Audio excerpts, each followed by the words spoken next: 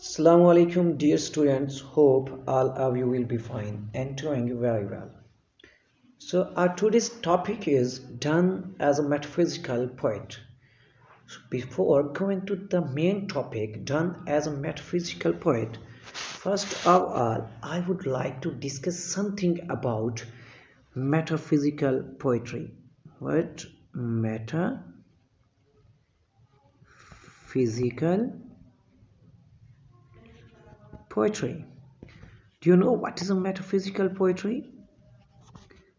If you don't know, so I'm going to tell you what is metaphysical poetry. Actually, any poetry, either it is emotional or it is intellectual. If you look at the formation of poetry or the construction of poetry or the relation of poetry, so two things are very dominant or prominent in any kind of poetry. The very first one is intellect. The second is emotion. Either the poetry is intellectual or the poetry is emotional. If the poetry is intellectual, it means it has a part of classicism. If it is emotional, it means it is romantic. So there are two major kinds of any poetry, classical or romantics, okay, or romantic poetry. Okay, so but what is a metaphysical poetry? Now I am going to this topic. I told you that a poetry consists of two major things. The very first thing is intellect and the second is emotions. If it consists of intellects, it means it is classic poetry, and if it consists of emotions, it means romantic poetry. You can say that in classicism, intellectual dominates emotions, and in romantic poetry, emotions dominates intellects. Okay, two things cannot be equal in any kind of poetry except metaphysical poetry. So what is metaphysical poetry? Actually, metaphysical poetry is the combination of these two forces, intellects plus emotions.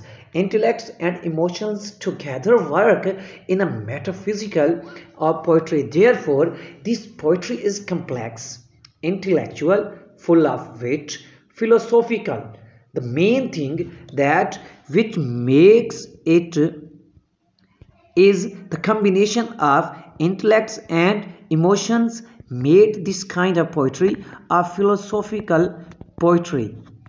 Therefore, this poetry is not easy to understand and we call it a metaphysical poetry. So what is metaphysical? Now I'm going to this word metaphysical.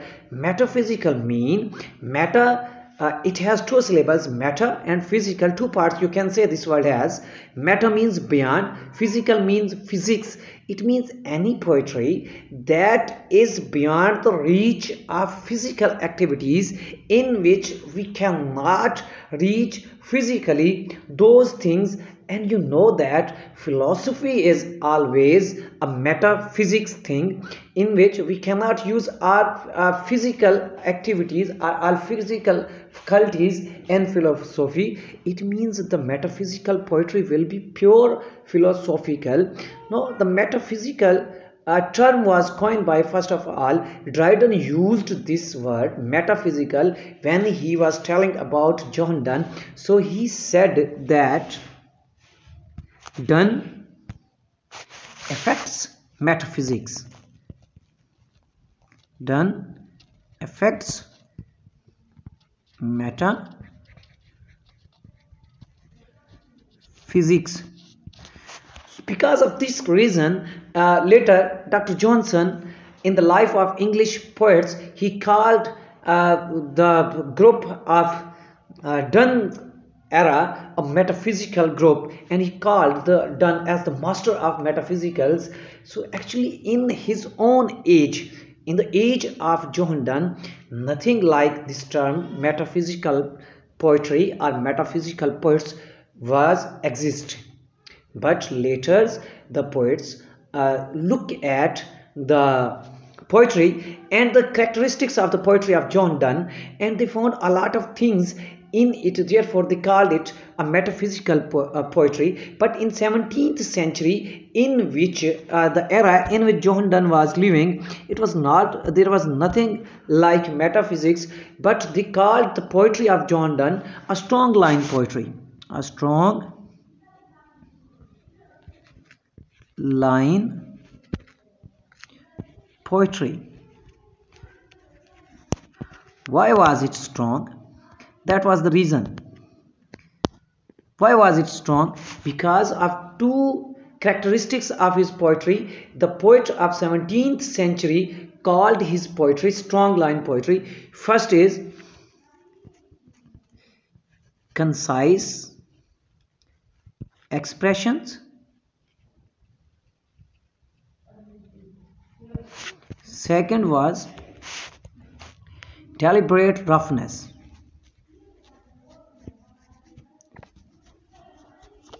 So his poetry was very rough because it is a philosophical, and expressions are very short but concise. Okay, so these two things were you can say experienced in his own age, but the later poets, you can say that after his death his poetry was re-evaluated and the poets found a lot of other characteristics of his poetry. So the one the most and the major characteristics of his poetry is conceit.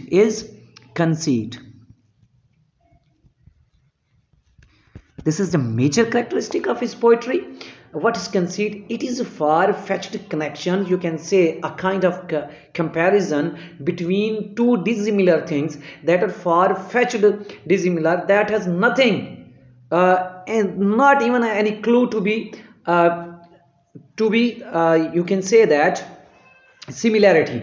Okay, so this was conceit, a comparison. Far-fetched connections are totally opposite things were being compared like each other. You can say he compared, as you say that he compared love as a serpent. If we look at these two words, so love is a pure emotion in which you can say the emotions of likeness or fondness are evoked, and serpent is a kind of thing that is not lovely for any human beings. It is you can say a kind of enemy for any human beings, and love you can say a kind of friend, serpent a kind of enemy. So absolutely different things are being compared, and they are being compared in a way that they have similarities between them. So this is a conceit. So this was the major thing that cannot be understood even a common man of that era. Therefore they called his poetry a philosophical poetry, and they said that his poetry is metaphysical poetry because it is beyond the reach of metaphysics. So the second thing is his poetry is, as I have told you, that his poetry is fusion of emotions and you can say intellects. So his poetry is logical, has logical arguments, analytical arguments, and he experiences his emotions with intellectual approach. Emotions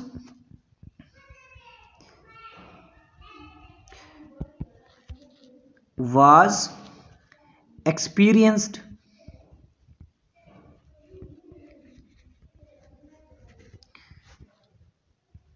in logical ways.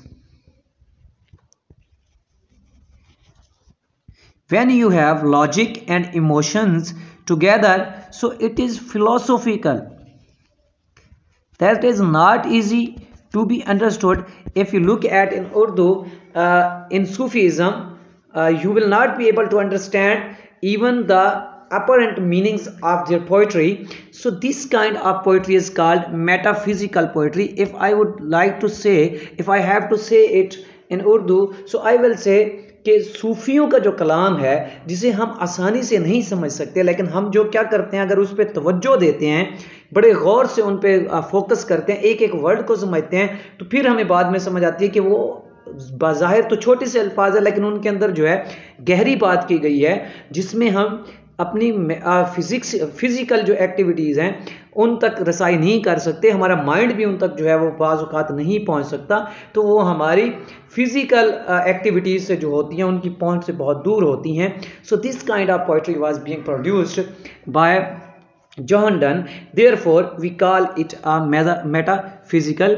poetry. Okay, so he says that, you can say that in his poem he say, I am going to write the exact quotation. You can write it. Yesternight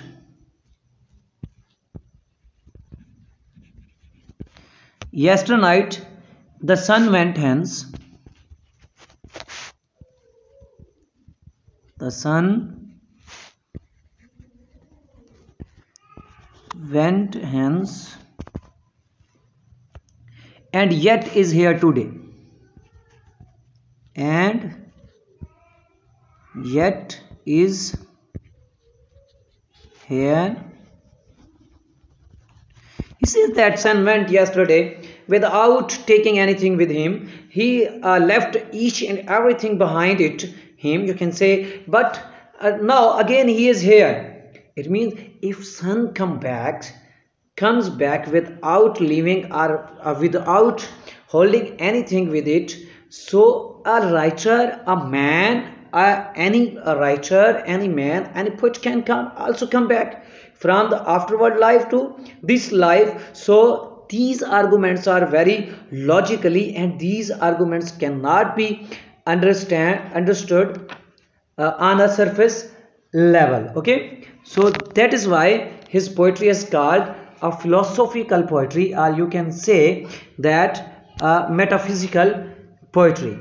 Okay, third, his poetry runs over a lower ebb. Even when he describes the lovers meeting and separation, his poem does not excite emotions in us. In a song he says, sweetest love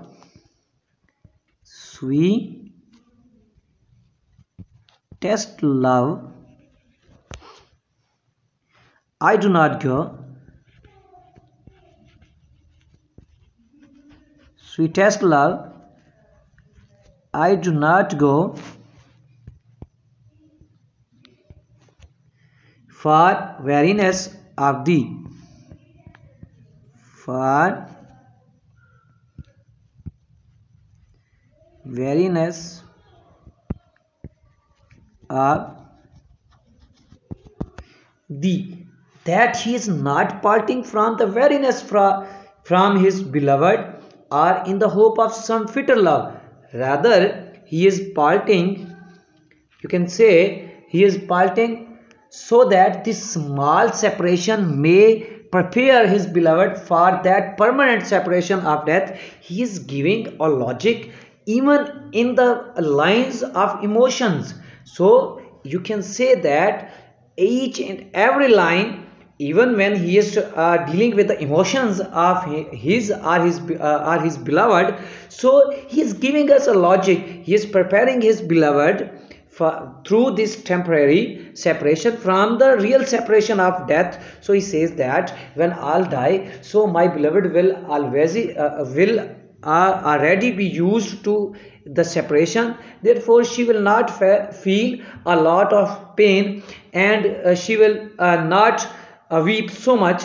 So even here his approach is logical. So these are some reasons, or you can say the characteristics that I gave you according to his metaphysical poetry. These logics, these characteristics of his poetry make him a metaphysical poet. He used philosophy and you can say emotions in a way of philosophical style that his poetry cannot be understood easily. We have to work a lot, or you can say we have to struggle a lot to understand his poetry. Therefore the poets after him called his poetry a metaphysical poetry.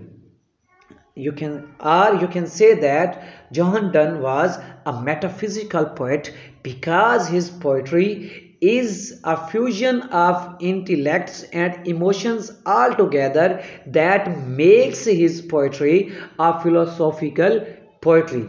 Thank you.